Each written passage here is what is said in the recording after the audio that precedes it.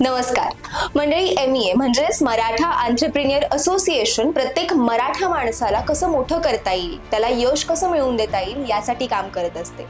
आणि त्याच पार्श्वभूमीवर MEA यावर्षी आयोजित करत आहे इंटरनॅशनल बिझनेस एक्सपो.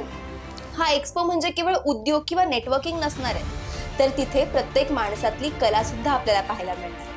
आज आपण गप्पा मारणार आहोत एका कलाकार माणसाशी. आज आपल्यासोबत आहेत परीक्षित आर्ट स्टुडिओ आणि प्रोडक्शनचे सर्वेसर्वा माननीय श्री परीक्षित फंड सर.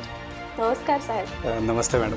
स्वागत आहे तुमच्या आजच्या या व्हिडिओमध्ये. धन्यवाद. खरं तर तुमची कलेची जर्नी कशी सुरुवात झाली? अच्छा, सर्वप्रथम मला सांगायला आवडेल, माझा जन्म हा पुण्याचा आहे आणि संपूर्ण कुटुंब आमचं जे आहे ते पुण्यातच बॉर्न अँड बॉटअप आहे. आणि या माझ्या बिझनेसशी रिलेटेड सगळी जी काही जर्नी आहे ही सगळी पुण्यातनं सुरू झालेली आहे. जसं आपण म्हणता येईल की MEA म्हणजे मराठा एंटरप्रेन्योर असोसिएशन जसं सुरुवात होतीये, त्याला छत्रपती शिवाजी महाराजांचा खूप मोठा एक वारसा आहे किंवा बॅकग्राऊंड आहे. आणि ही ऊर्जा घेऊन किंवा ते म्हणतात ना की सूर्यस्थानी त्यांना ठेवून कुठेतरी आपण या बिझनेसचे भरपूर काही गोष्टी त्यांच्या निगडीत आम्हाला ऑलरेडी सुरुवातीपासून मिळत गेली. त्याच्यातलं पहिलं म्हणजे शिक्षण हे संपूर्ण पेठ एरियामध्ये झालं. माझं शिक्षण चित्रेला निकेतन कला महाविद्यालय इथून मी पासआउट झालो. मी स्वतः प्रोफेशनल कमर्शियल आर्टिस्ट आहे आणि त्याच्यानंतर एक 3 ते 4 वर्ष मी ॲडव्हर्टायझिंग एजन्सीमध्ये सर्व्हिस केली ॲज अ सिनियर डिझायनर. आणि त्याच्यानंतर ही स्वतःची कंपनी आम्ही स्टार्ट केली अराउंड 2004-2005. म्हणजे आज नाही म्हणता येईल तर 2 दशक झाले आमच्या या कंपनीला.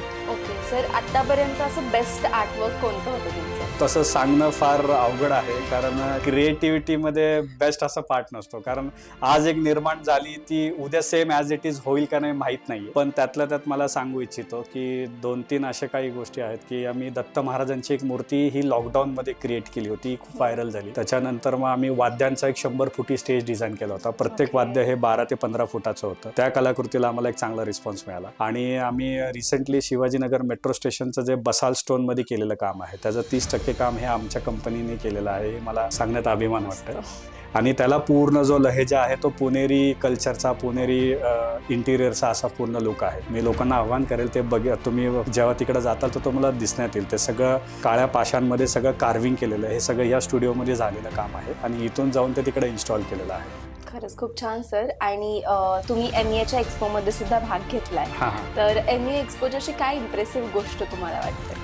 एक तर सर्वप्रथम MEAचे पूर्ण पदाधिकारी आणि संपूर्ण टीम आणि तुमच्या दोघांचे तिघांचे संपूर्ण आभार की ही एक प्लॅटफॉर्म तुम्ही निर्माण करून दिला आमच्या सगळ्यांसाठी. आणि त्याचं कारण एक म्हणजे की इतर खूप वेगवेगळ्या समाजांचे मी बघतोय की ते एकत्रीकरण करतात. तर काही बिझनेससाठी, काही स्पोर्ट्स इव्हेंटसाठी. कारण जसं आमचं इव्हेंट कंपनी पण आहे तर त्याच्यामध्ये आम्ही खूप सारे इव्हेंट्स पण कव्हर करतो. कॉर्पोरेट असतील, वेडिंग असतील, या सगळ्या आम्ही कव्हर करतो. पण असा प्लॅटफॉर्म एवढ्या मोठ्या लेवल आणि इंटरनॅशनली ग्लोबली हा पहिल्यांदाच MEAचे लोकांनी तो निर्माण करून दिला आहे. म्हणजे खरंच परत एकदा तुमचे धन्यवाद या गोष्टीसाठी. जुळण्याचं कारण ह्याच्यासाठी की युनिटीनीच सगळे गोष्ट साध्य होते हे कळून चुकलेलं आहे. म्हणजे स्वराज्यही स्थापन झालं हे युनिटीमुळे झालं.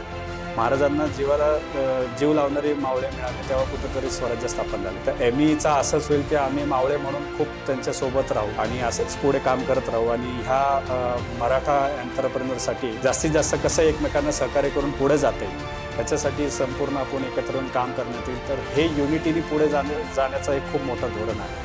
आणि हे जर सातत्याने डिसिप्लिनमध्ये राहिलं तर खूप काही आपण वर्ल्ड वाईड अचीव्ह करू शकतो. सर, तुम्ही MEAच्या एक्सपोमध्ये भाग घेतलाच आहात, तर इतरांना तुम्ही काय आवाहन कराल?